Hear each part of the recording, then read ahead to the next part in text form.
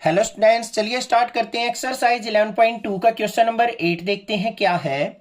Find the vector and the Cartesian equation of the lines that pass through the origin and 5 minus 2 and 3। अब यहां पे ध्यान देने वाली बात क्या है, इंट्रोडक्शन के अंदर बताया था मैंने कि कोई भी अगर हम इक्वेशन ऑफ लाइन लिखते हैं उसके दो तरीके होते हैं।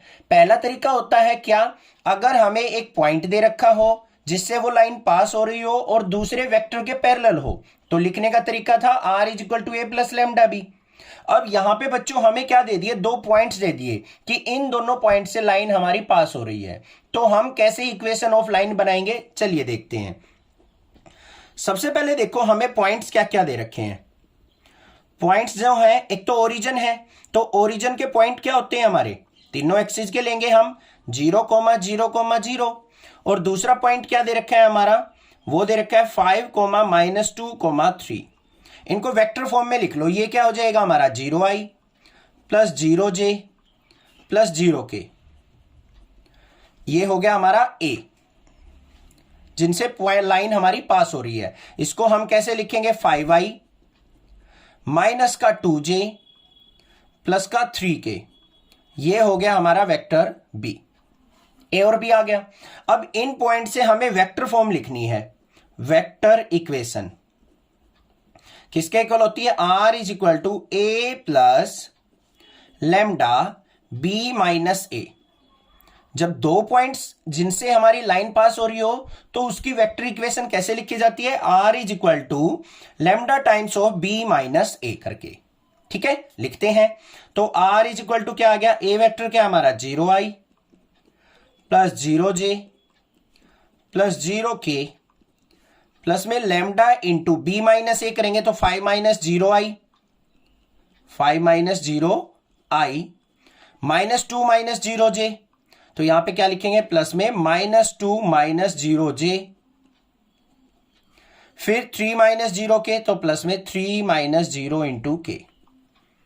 समझ में आ गई या नहीं आ गई बात, क्लियर है। इसको सिंप्लीफाई करके लिख लो, r इज इक्वल टू, ये तो 0 है, लिखने की जरूरत ही नहीं है।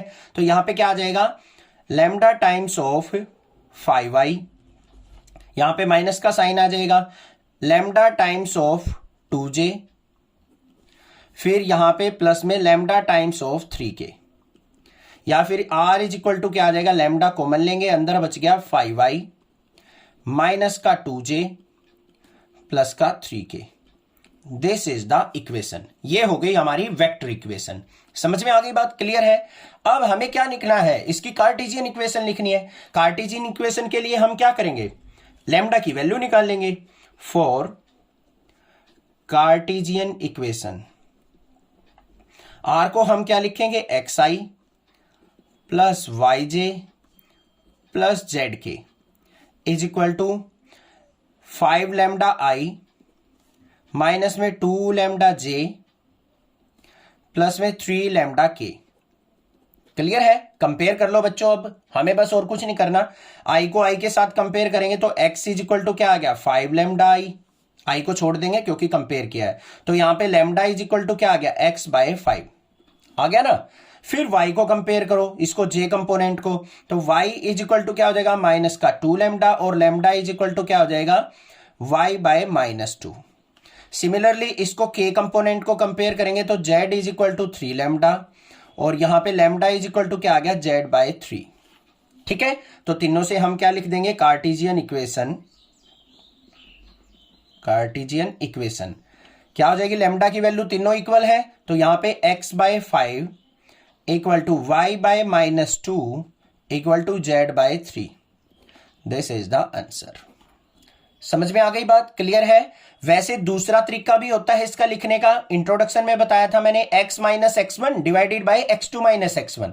अगर दो पॉइंट्स गिवन हो, ये हमारा x1 y1 z1 हो जाएगा, ये x2 y2 z2 हो जाएगा। उस तरीके से भी लिखोगे तब भी यही इक्वेशन आएगी।